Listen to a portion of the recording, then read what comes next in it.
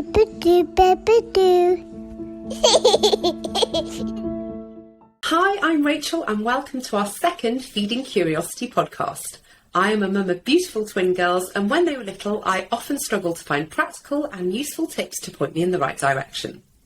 That struggle led me to create the Bibado coverall to help me keep my sanity at mealtimes, especially with twin girls, my very own mealtime adventurers.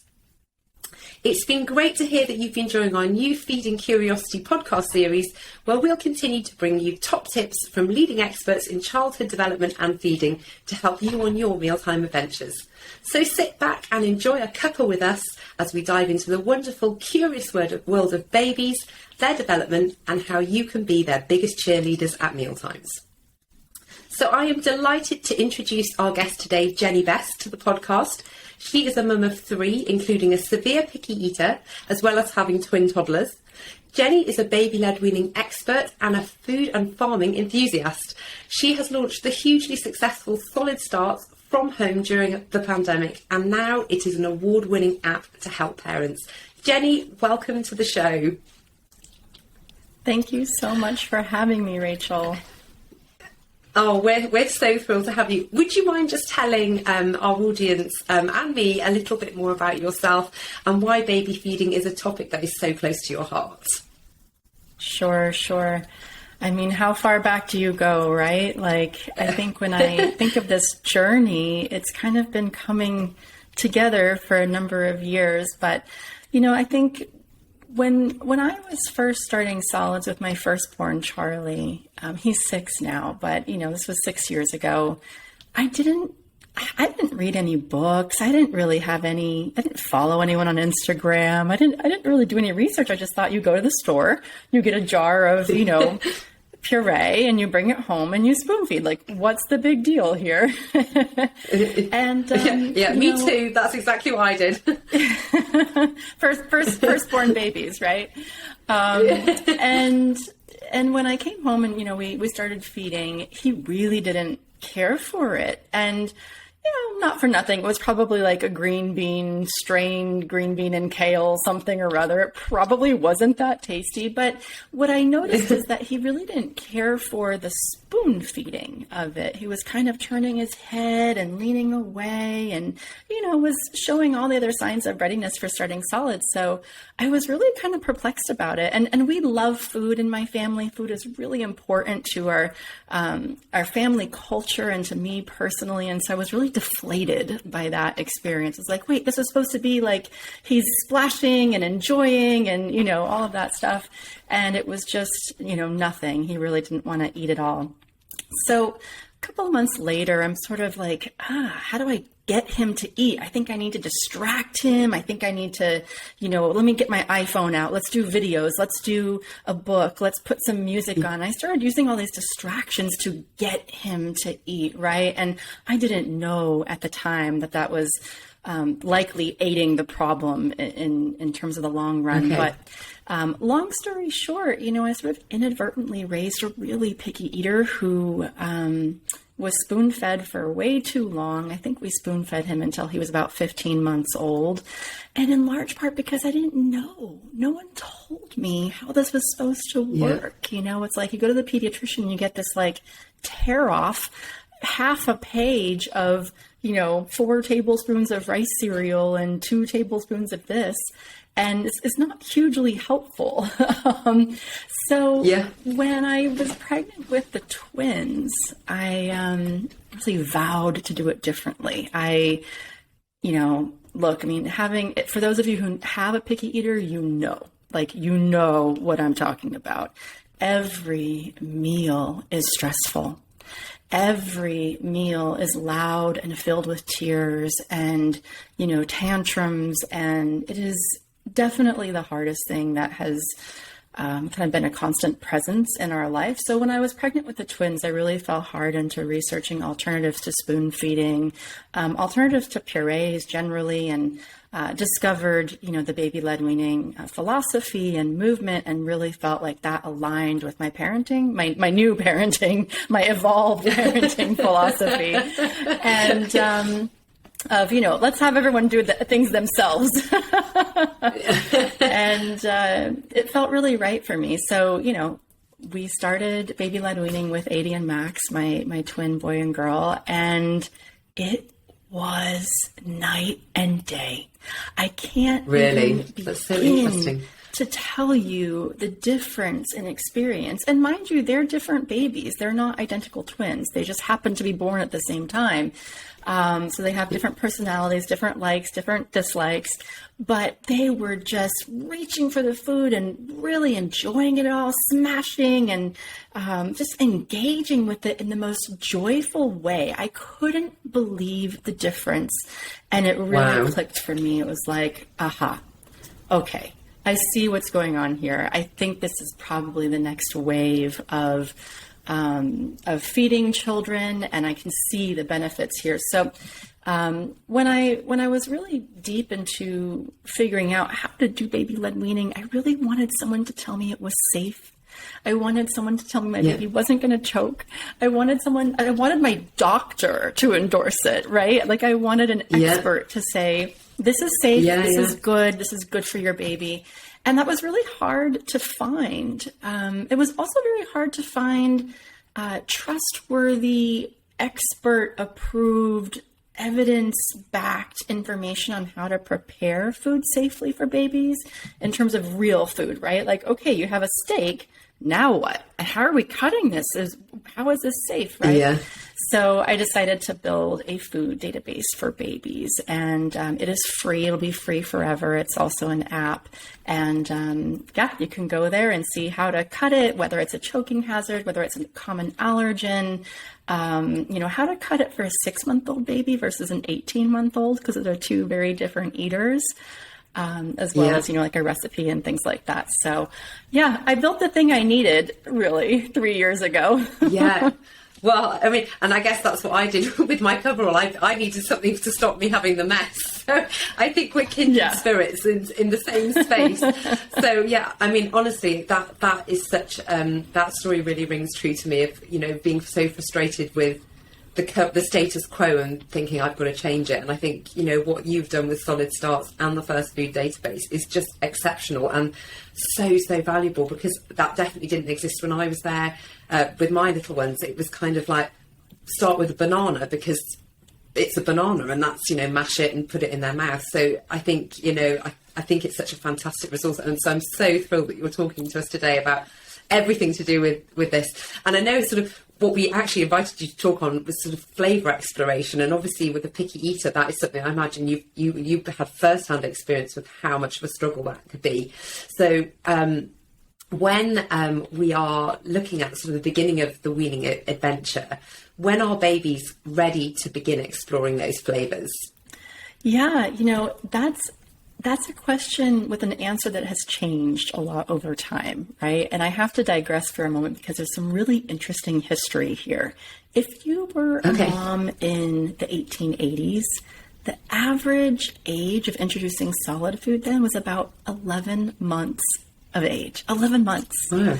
So, you have an age of a baby with teeth, with a pincer grasp, the ability to pick up very small pieces of food. There's really no need for purees or spoon feeding at that time. Fast forward to about 1920, 1930, which is when baby food as we know it, a commercial puree in a jar or pouch at the store, was invented. And so babies started solids a bit earlier. There was also massive campaigns to get babies starting solids earlier because, let's just say it as it is. You make more money the longer the family's on your product, right? So what you see over time, and I'll answer your question in a second, is that around 1880, you've got babies starting at 11 months old. By 1950, the average age of starting solids was 4 weeks old, not months. Oh my goodness. Right. So wow, I did not know that. Real move toward purees, textureless food, spoon feeding, even in a reclined position, before a baby can even hold their head up. So fast forward to today, and the general consensus around the medical authorities around the world is to start solids around 6 months of age. That's somewhat of a recent change. But what's really interesting to me in this, not just the developmental readiness for being able to sit up and hold your body up, which helps prevent choking, holding your head strong, the ability to reach out and grab and bring something to your mouth, whether that's a spoon or a chicken drumstick. Putting all those developmental milestones aside, at 6 months of age, purees are not developmentally necessary, nor are they even ideal at that point. But we're still continuing essentially the 1950s logic of starting babies on food earlier, and because they're younger, they have to have purees, even at now an age when the general consensus is to wait until around 6 months of age. So pardon the digression, I had to explain the history because when we think about the readiness for starting solids, we just want baby's core and head mostly to be strong enough, but we also want to see an interest in food, because if you start too early and baby's like, what's going on here? I don't want this. That can actually create a bit of a negative association with eating, which we want to avoid. So I think we're going to start to see a shift in how things are happening, but the 6 months marker is probably here to stay. Okay, that's so interesting. I did not know any of that, and I find that quite shocking that people were feeding their babies food at 4 weeks old. That's just astonishing to me. So it seems to me like we're getting more on the right track with sort of recommendations today. When you're saying things like puree, I know I certainly gave my children baby rice. Is that something that you recommend these days, or is that again? It's like no a bit longer 1950s? recommended, and it's not that we did anything terrible. You know, I did it too, the baby cereal and all of that, and I was brought up on baby cereal, and here I am, and I'm okay, right? That's the grandma argument. Look, what we're seeing is that products made exclusively from rice, where they're condensed in that kind of form, like a concentrated rice cereal, where it's like a single grain, contain more heavy metals from our soil. And why we have heavy metals in our soil is from decades and decades and decades of pollution that has settled into the soil. So not unlike why there's mercury in fish nowadays, there is arsenic in our soil, and rice as a plant in particular just tends to kind of suck that up from the soil and store it in its hull really efficiently, for lack of a better word, as a plant. So the US FDA actually has gone out to recommend against single grain rice cereal, and is encouraging parents to explore oatmeal and other cereals that aren't just 100% rice. But as a nutritional matter, the reason rice cereal became so popular was because it's fortified with iron, and iron is critically important for babies and young toddlers, and particularly around the 6 month age mark. Iron, so you have stores of iron as a baby. You have stores of iron in your body from being in utero with the mom. So, but around 6 months of age, that sort of bank of iron in your body starts to deplete. And so that's why we want to start solids around 6 months. It's also why iron fortified rice cereal became so popular, because pediatricians could rely on that as a source of iron. So the reason rice cereal was commonly consumed and recommended, like back in 1950, for example, is because it's fortified with iron, and pediatricians love a food that's fortified with iron. Babies need a lot of iron from around 6 months of age, and that's an easy, kind of affordable, economical way to ensure that infants are getting the iron that they need. If you think about the foods that are really high in iron, we're talking red meat, we're talking beans, lentils, those kinds of things. They're not super easy for babies to chew and swallow and get a lot of. So it does make sense to have some sort of iron supplement or food with an iron supplement in the diet.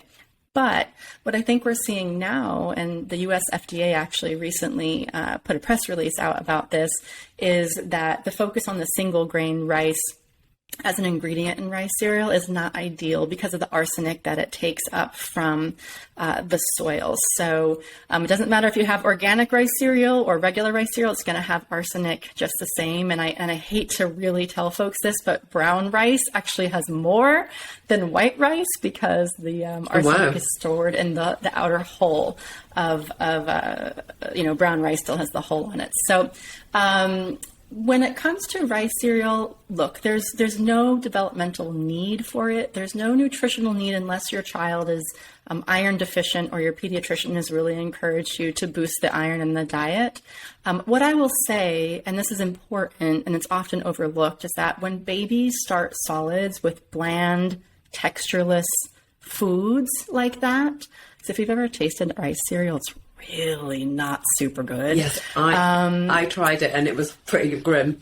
Yeah, so there's a downside to that experience as well. Like, food should be delicious, and if we want our children to grow up as happy eaters, that food needs to taste good. They're never going to eat the green beans if they're disgusting or completely boiled until there's no taste in them, right? So the thing I was going to point out is that there are studies that have shown over time that babies who are started with very bland, textureless, beige-colored foods like, the rice, the pasta, the plain bread, and so forth, tend to prefer those types of foods later on. And on the, converse side of that is that kids who start with really colorful, wide variety of foods tend to eat more vegetables as toddlers and a bit less picky. Yeah, that's so interesting. And actually that brings me sort of directly on to my next question, which you kind of began answering, which so therefore, why is exploring flavours so important, and I guess the question that goes hand in hand with that, which you've addressed earlier, is how important is texture exploration? And can you just sort of explain to me and to the audience, why that really helps? It is massively important, and it's something that people are starting to talk about, but it's not talked about nearly enough. Here's why. When babies start solids with textureless food, and it's really about the duration that a baby is eating that way. So if you want to do infant cereal or purees for the first couple of weeks to ease yourself in, by all means, go for it. Do what you need to do. But when we start to see 9-month-old babies, 10-month-old babies, 11, 12, and beyond still eating textureless purees, a lot of problems are going to follow. And this is backed in evidence-based research. It's backed, and multiple studies show this. The problem is that to learn how to eat, you actually need chewable food. You have a reflex. It's called the phasic bite reflex in your mouth. Basically, if you ever put your finger on a baby's gums and they kind of munch down on you, that's a reflex. That's a chew reflex. It helps babies learn how to eat. That's only stimulated with resistive, chewable food. Not a mash from a jar or a puree or mashed potatoes. And if you really think about, if someone dumped applesauce on your tongue, you wouldn't move it to the side to chew it. No, you would just swallow it.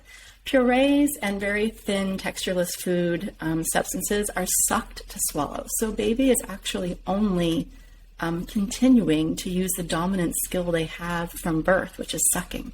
But we don't want babies sucking down their food for a number of reasons, right? So there is no kind of gradual way to get there, although I think baby food corporations from the last century have tried to convince us that there is, that you should start with stage 1 and then move to stage 2 and then move to stage 3 and then you're at junior foods and all of this.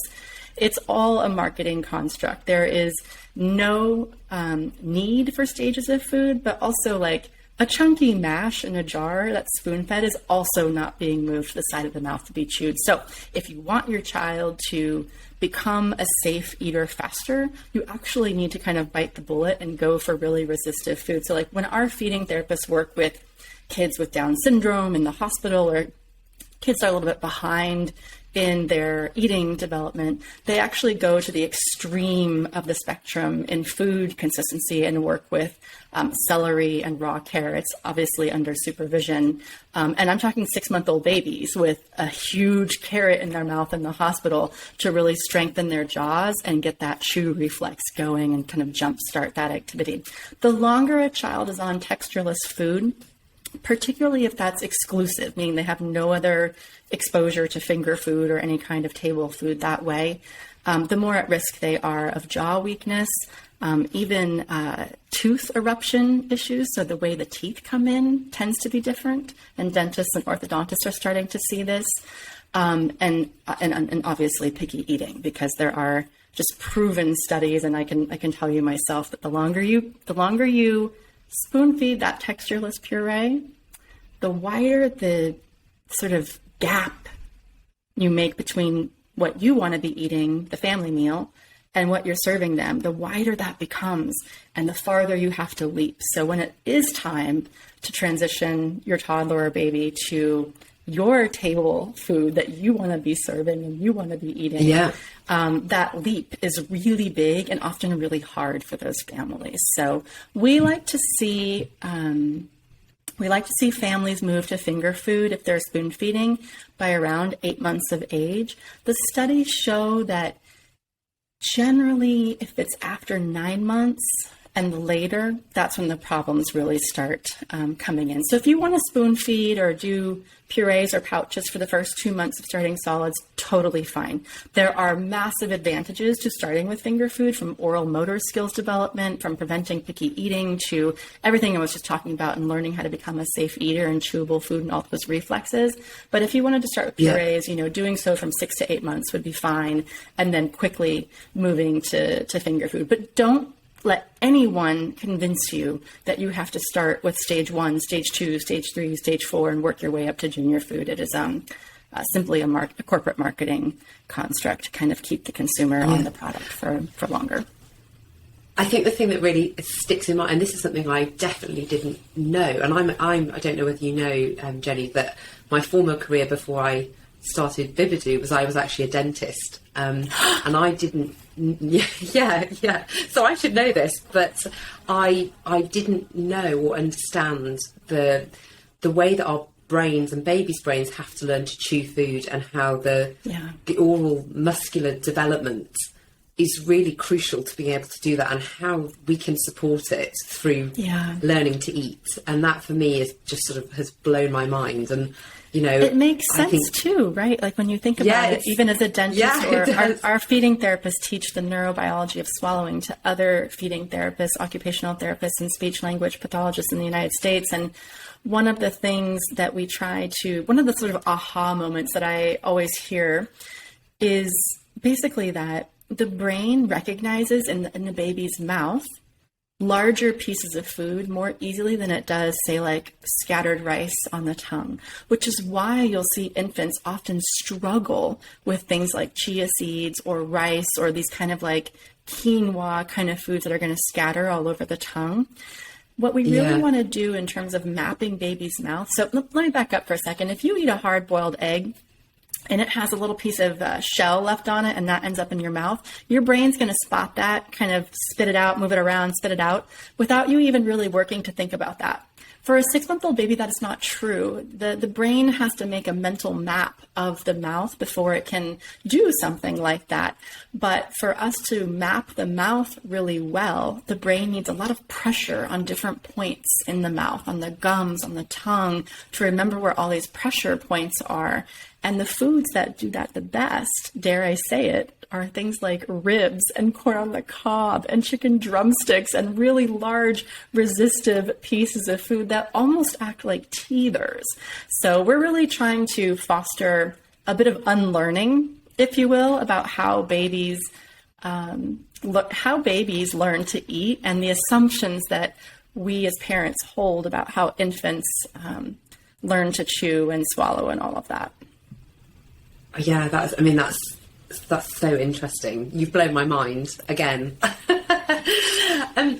So the other sort of question to being adventurous with flavours, are there sort of additional, I mean, are there additional health benefits? Obviously, we're talking about their physical ability to chew, being a safe eater, which I think is something that is incredibly important, because I know a lot of parents have a lot of anxiety about choking. But obviously, being a more adventurous eater, are there any other health benefits that sort of you can add to that tick list of, why this is important? Of course. Look, one of the reasons we put in our food database on our website, there's sort of like a summary of each food, and it has stars for nutrition from 1 to 5. And that's through the lens of a 6-month-old baby. And typically to get 5 stars, it has to be high in iron. It has to have some calcium and critical nutrients that babies need. One of the reasons we did stars as opposed to, say, the analysis and the caloric intake and listing all the numbers and how much vitamin C does this have of your daily needs and all of that, is because I feel like it's gotten a little out of hand, nutrition. I think that our generation of moms is going to really kind of maybe goes a little too far in researching the nutrition, when really all you really need to remember is that the more colorful your diet is, the more likely it is you're getting the nutrients you need, and the wider variety. So I think too, this generation, our generation, is really hung up on superfoods, and too much of a superfood is not a good thing. Let me give you a really good example. In the plant-based community, there's a really popular supplement that's used for like vegetarian mac and cheese or vegan, things that might require a cheese ingredient to have that kind of flavor. It's called nutritional yeast. We love it in our house, and kind of use it as a sprinkle. The kids love it, oddly. I'm kind of like, I don't get it, but it's yellow. They think it's fun. But it has like a slight cheesy kind of taste to it, but it has a massive amount of vitamin B in it, which is great if you're a plant-based baby, because that vitamin often comes from meat. And so you need a lot of that, but 2 sprinkles and you've had like 4 days worth of vitamin B. Oh, wow. So I think we have to be really careful with the assumption that superfoods are good no matter what. And there's, you can have as many superfoods as you want. It's really not the case. We don't want to be loading in protein scoops and supplements and things like that into smoothies for our kids, unless, they have a real dietary need from that and your pediatrician has said so. Otherwise, let's, ease up a little bit. Let's stop obsessing a little bit more and just focus on variety. Just try not to eat the same thing every day, and try not to eat this, I would say like, try not to serve the same thing to your child like more than twice a week, maybe 3 times. So if your child loves bananas, really don't do bananas every day. It's not necessary, but also from a preventing picky eating perspective, at some point, your child's going to tire of those bananas. I guarantee it will happen. So even the most favorite food can fall out of favor if it's served too often. You won't believe it, because your child will kind of give you these indications that they could eat bananas forever and bananas are the best thing. But like one day is gone. And bananas are like off the menu for 2 years, and they're the worst thing that ever happened. So try, 2 to 3 times a week is sort of a sweet spot for that. But just focus on variety. We don't need to be analyzing the nutritional content, everything we're feeding our children. It's really not necessary. And I think also when you say you do get a little bit obsessive and you do overanalyze what you're eating, then making a meal becomes so much more stressful for you as a parent, yes, I imagine. I mean, I feel anxious about thinking, oh my God, have I got all those things in? But we want if you can focus to on lower variety, the bar. We want everyone to lower the bar.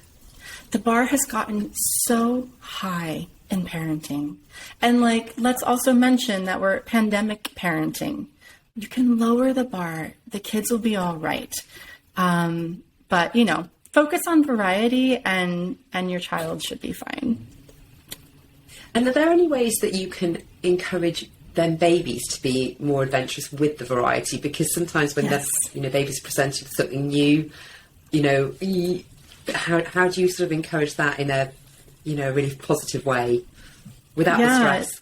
Yeah, exactly. So we tend to see babies and toddlers when it comes to preventing picky eating or raising an adventurous eater, all those things in very separate categories. And the reason is because from about 6 to 11 months of age, babies are wired to explore orally. So they're going to pick up dad's shoe and put it in their mouth. They're going to teethe on everything they see. And you see that with their toys, right? Constantly reaching and grabbing and bringing things to their mouth around this age.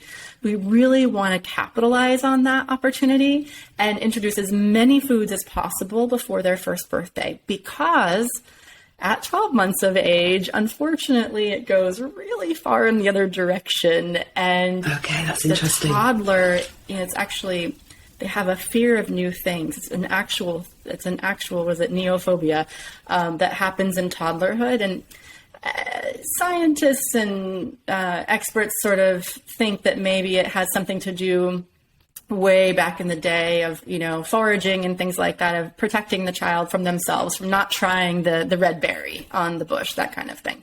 Yeah. But whatever it is, or whatever reason, or whatever role it plays, around 12 months of age, and particularly pronounced at 18 months of age, the child is just going to whittle down the number of things that they eat and get very selective. So whereas they used to taste everything, all of a sudden they just like 10 things, or they have a real strong preference of white bread versus wheat bread, or, this versus that. So we really want to capitalize on those early months before age one to get them as familiar with as many foods as possible, because if you're introducing a new food after 12 months of age, it's just a harder sell to the toddler. We have 50 tricks up our sleeves that we could, give you to kind of coax your child into tasting a new food. Those are all on our website and our guides. But at the end of the day, nothing can go as far as just exposing a wide variety of food early on, and more than once, right? Like really get them comfortable with that food. So by the time they reach their first birthday, they know that's broccoli. I've had broccoli before. Broccoli is safe. It's not scary. It can even taste good with butter, right? Now, in terms of interesting a child, a baby or a toddler, to try a new food or to be more adventurous, there is no better strategy than choices.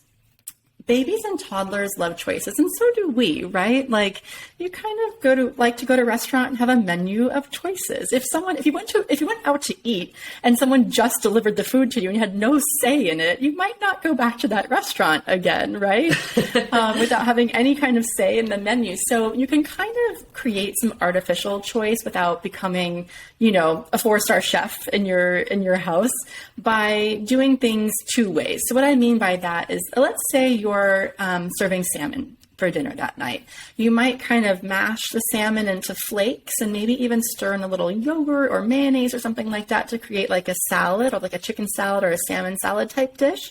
Take that same salmon and serve it as a strip, like a 2-finger size strip, as a finger food.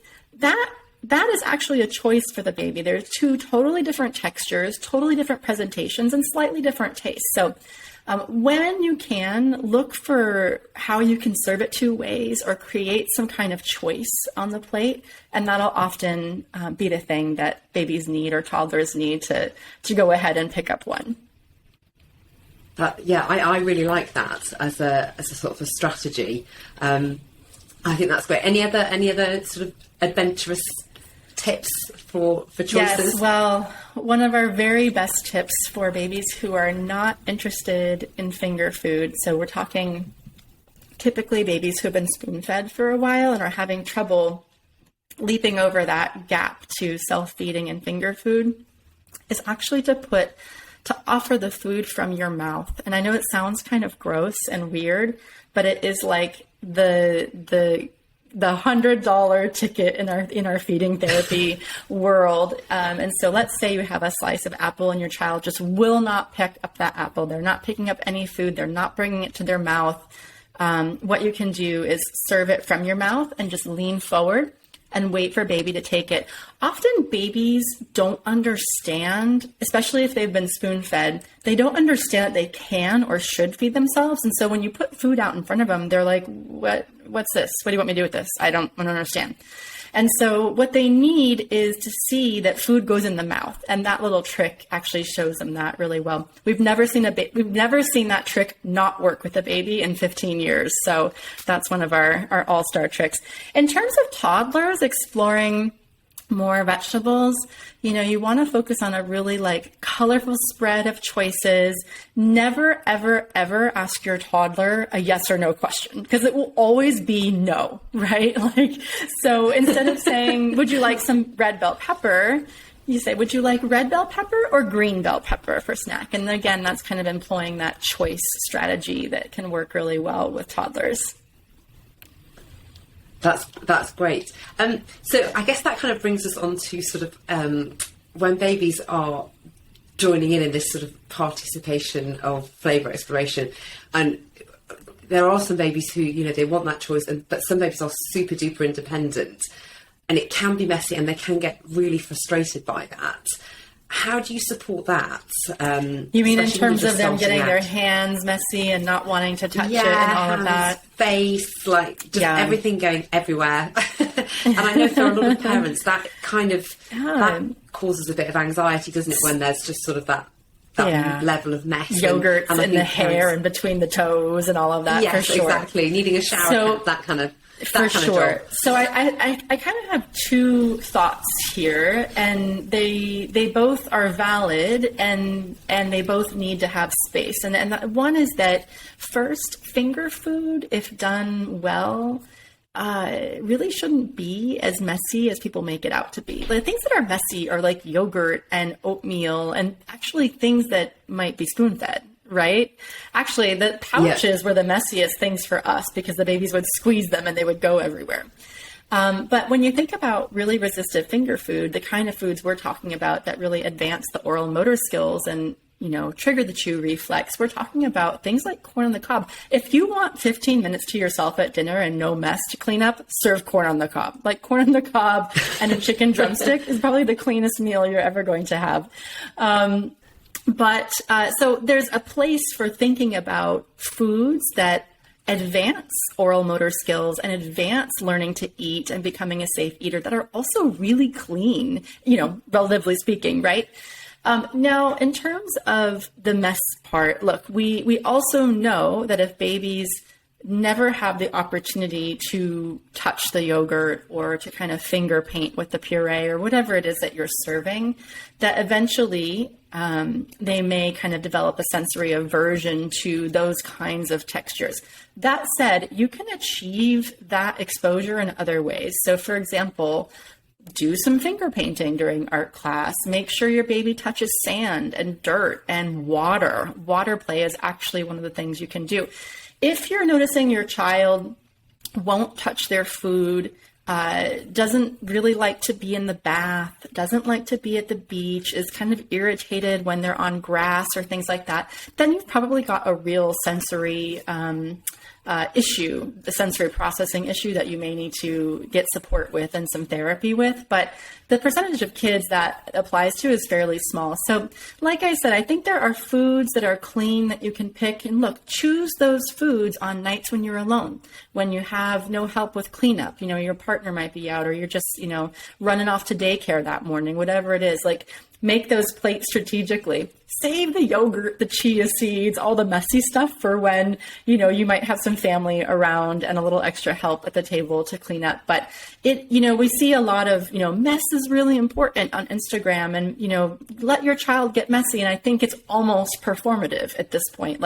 Here's my child with spaghetti sauce all over their hair and all of this. And, isn't that so funny and cool? And is the child getting something from that experience? Yes, there's a value in letting them have that tactile experience with the food and that sensory experience. They're learning about the consistency of food, how it breaks down in their hand when they squish it. There are values in that, and they're going to likely be less sensitive when they get messy, older, and maybe not have a tantrum when yogurt touches their hand, right?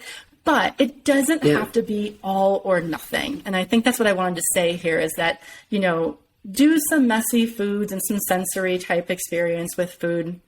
to help prevent picky eating when you have the support and the time and the inclination to clean it up and deal with the fallout. And you know, for all the other meals, pick those finger foods strategically. And the beauty is that those cleaner foods are often the ones that actually help your child become a better eater and a safer eater at the same time. Fantastic. Could you just go through the type of reactions babies have when they discover new flavours, and how we as parents should interpret those? Because sometimes, you know, if they pull a yuck face, is that right? Don't ever try that again. I think I know what you're going to say, but could you just sort of go through sort of like typical reactions to new foods and what we should do? Parents often misinterpret babies and toddler reactions to food. You know, a really great example, we have a video that I'm going to post soon about a child, showing a child trying sauerkraut for the first time. And sauerkraut's actually a really fantastic food for babies because it has prebiotics. So it can help the gut kind of flourish more at those early stages. But the first bite, he was, you know, kind of freaking out, actually. He was crying and really like shaking it off his fingers and almost in a tantrum, like really dysregulated state. And the mom didn't do anything. She didn't rush in and take the tray away and wipe the fingers down. Oh, I'm so sorry. Nope, she just kind of gave him some space. And a minute later in the video, he goes back and he goes back and he goes back and finishes the whole thing and starts to say, and is like really enjoying it. So we have to remember that babies and a lot of toddlers are experiencing flavors they have never had in their mouth before. When you taste lemon for the first time, of course you're going to kind of get scrunched up and, you know, have this reaction to it. But lemon in certain preparations is a beautiful thing and really enhances flavor, right? So I think what we want to do is make sure we give babies the space to have those reactions without first assuming that it's because they don't like it. It's just a strong sensory experience for them. They haven't necessarily decided like or dislike at that point. And to make sure that we try these foods a number of times so that the baby can decide for themselves, and it's not this like automatic judgment from the parent that the child doesn't like it because they cried, or, you know, there's so many things going on too, like you're teething, you could be sick, you could hit a gum the wrong way, and it's all, you know, it could be very sensitive. So I think the best thing you can do is to offer a wide variety of food, give your child some space to have that reaction without interfering so much or leaping in to save them from that sensory experience that they're having. But what you're going to see is you're going to see wiggles and eye closures to more acidic foods. Tasting vinegar for the first time is going to do that. Lemon, lime, that kind of thing. Grapefruit. When we're talking about some of the more spicy food, and you can introduce spicy food to your babies, I would start slowly and kind of work your way up. You don't need to hold off on it. You know, most babies, if they experience too much cayenne pepper, for example, will have a very strong visceral reaction and start crying. With something like that, we want to actually take that kind of seriously, because cayenne pepper or ghost pepper can really cause pain in the mouth. There's a physical pain that we would experience, and that we don't want our kids assuming that all beans are spicy and to never eat beans again, right? So you kind of want to introduce hot spices in a very particular way. One of the ways we love introducing cayenne pepper actually is on like a mango pit or something that's kind of sweet and offsets that heat, and just to really finely dust it, but to set it down on the table and say, this is spicy. Mom's going to try it. Watch. Ooh, spicy. So they learn what that word is and what that experience is, and don't just assume that every food they're served from now on is going to taste that way, because they could actually make that assumption. I think that is a really important point, actually, about the association. If they have a bad experience with one flavour and the food looks similar, it's having the disassociation. Yeah, I think that's a really important thing that I don't think I'd necessarily have thought of. Yeah, so like you don't want to introduce beans for the first time, via a curry, because they might just think, okay, all beans are super hot and spicy, or this particular flavor. So we try to introduce kind of the naked food first, so they know, okay, beans taste this way. This color bean tastes this way, and I know that I like it. And then really intentionally introduce the hot spice or whatever that powerful flavor is that you want to do. Yeah, amazing. So this is our very last question. And so what is your top tip to make mealtime adventures more fun for both parents and babies? And we ask this to all our guests, so we'd love to hear what your top tips are on this one.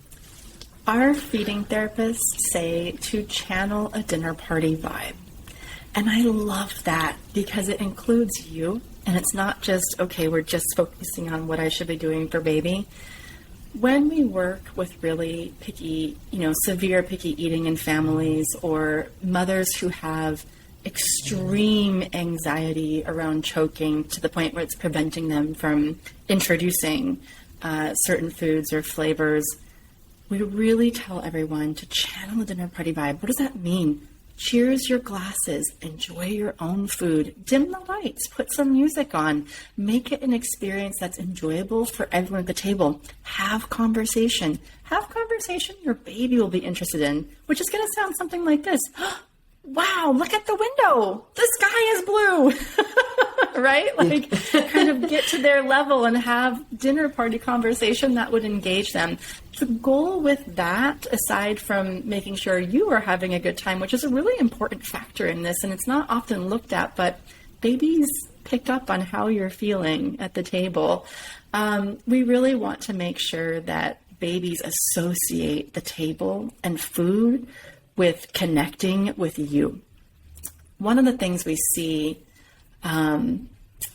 with babies who are having problems with eating is that they've never been brought to the table. They've only been sort of in the corner, in the high chair, while mom's doing the dishes or whatever. And eating has become for them an experience of being separated from the parent. Okay, you go in your high chair over there, away where you can make your mess on your splat mat, but it's away and it's over there. And I'm going to go do these things while you're contained, right? That's not the end of the world if you do it occasionally, but if you notice, and it's not the end of the world if your baby's eating well, right? So if baby's eating well, by all means, do what you need to do to get through this pandemic. But I will say that it is very common when we see kids who are not eating that that's actually at the root of the problem. Baby has developed an association that when food comes, I go away from my parents. And so we want to create a togetherness. We want to have them be able to see you eating and to model how that works. And really for everyone to experience some joy together in that. Then you're going to have a child who wants to come back to the table. Yeah, that makes a lot of sense. And it sounds so sensible when you say it, but I think it's probably one of those things that you might not necessarily think about if you're actually doing that inadvertently. Yeah, exactly. We asked our audience, Jenny, if they could put some questions to you. So would you mind if we quickly ask you some quick fire questions? Of course, yeah. Okay, so this is the first question. I want to get flavour and food volume into my baby. Is using a spoon cheating? No, it's not. But there's a way that you can offer food on a spoon that gives baby control of how much is going in their mouth and when. So when you preload the spoon, you scoop some up on the spoon and go toward baby's mouth, I want you to stop about 2 or 3 inches away from baby's mouth. Wait until baby comes to reach for that spoon and to bring it into their own mouth. That little gesture of, I trust you, you can hold the spoon. By the way, you should let go. Is enormous in preventing picky eating. So that's called responsive spoon feeding. It's basically, the parent is preloading the spoon and handing it over to baby. Yes, some is going to fall off the spoon, and yes, some is going to fling on the wall behind you, but it's really important. It's actually really easy to overfeed a baby if the parent is controlling the spoon feeding. Fab. That's a brilliant answer. Okay, so the next question is, my baby prefers sweet flavours. Is this okay? No, it's completely okay. There's nothing wrong with it, and it's totally normal. Babies have an innate preference for sweet foods. Breast milk is sweet, and there's a fair amount of sort of natural sugars in a lot of foods that are delicious. And babies often prefer fruits over other foods. This is completely normal. Learning to appreciate bitter flavors, so like the broccoli rabe or a bitter green. As well as, more of the umami kind of flavor profile or very savory foods, including salty foods, is an acquired thing. It's something that you actually need to learn. It's not an innate preference that most humans have. So if we want our children to, if we want to avoid kind of raising a sugar obsessed kid, and we want our kids to choose the broccoli or to choose the vegetables and choose to enjoy some of the more savory foods, we need to expose them to those often. What we often see is that when fruits or the sweet food is served at the same time on the plate as everything else, that they steal the show, right? So the child will only eat the mango and just keeps going back for mango, ignores all the other foods on the plate, and then asks for more mango, and just kind of gorging themselves on the one fruit. If that's happening to you, just take mango off the menu. Serve mango at snack time on its own when it's not in competition with other proteins or vegetables, so that you're giving broccoli its chance at the table. I think it's really important, but it can be that easy, actually. Sort of saving the sweeter foods for snack. We actually do that with dessert in my home. So we rarely have dessert after dinner because, the older your child gets, the more they kind of game the system. They're, I don't need to eat this because ice cream's coming later. So I'm just going to save up for that. But if your pattern is that there's never a dessert after dinner, or it's more of a random thing and there's not like a pattern to it, then you can actually shift your sweets to afternoon snack or even morning snack and kind of get them out of the way and not have them be in competition with the vegetables and the proteins and everything else that you want to see your child eating. Yeah, I think that's a really clever tactic, actually. I think I might deploy that in my house. And then we had one question from a mum who's just started introducing, she's just beginning her weaning journey. Any ideas of foods that stick to a spoon easily so that it doesn't get flung over the wall? Yes. I know, responsive spoon feeding sounds all well and good until it ends up on the wall.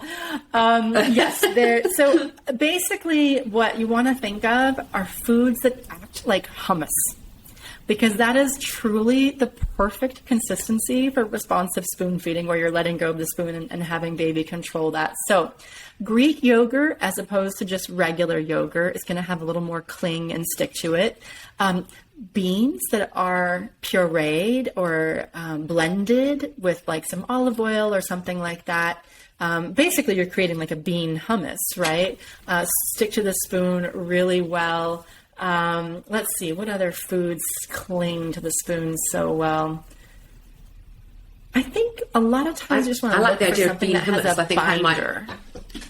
Mashed potatoes will cling really well. Oatmeal that you cook a little bit longer, so it's a little bit more stiff, actually, does that as well. With the savory foods, if you add sort of a binder, like a Greek yogurt or even a cheese or something that helps the rice kind of stick together or the quinoa to kind of clump together, that will help stick to spoons as well. And it's not a choking hazard, so. Oh. Thank you. They are all the questions, Jenny. I think you've answered those superbly. I think I'm definitely going to figure out how to make bean hummus because it sounds really, really delicious. Super nutritious. Jenny, thank you. Thank you so much you've given us such an awful lot of time and so much information. Thank you. As a thank you, we will be sending you our Bibado exclusive Wonder is for the Curious mug and notebook, which we hope you will get many a hot drink from and inspires you to continue being curious and feeding your own curiosity as well as those around you. And I just wanted to say congratulations on Solid Starts and wishing you every success for the future with Solid Starts and everything else that you're doing.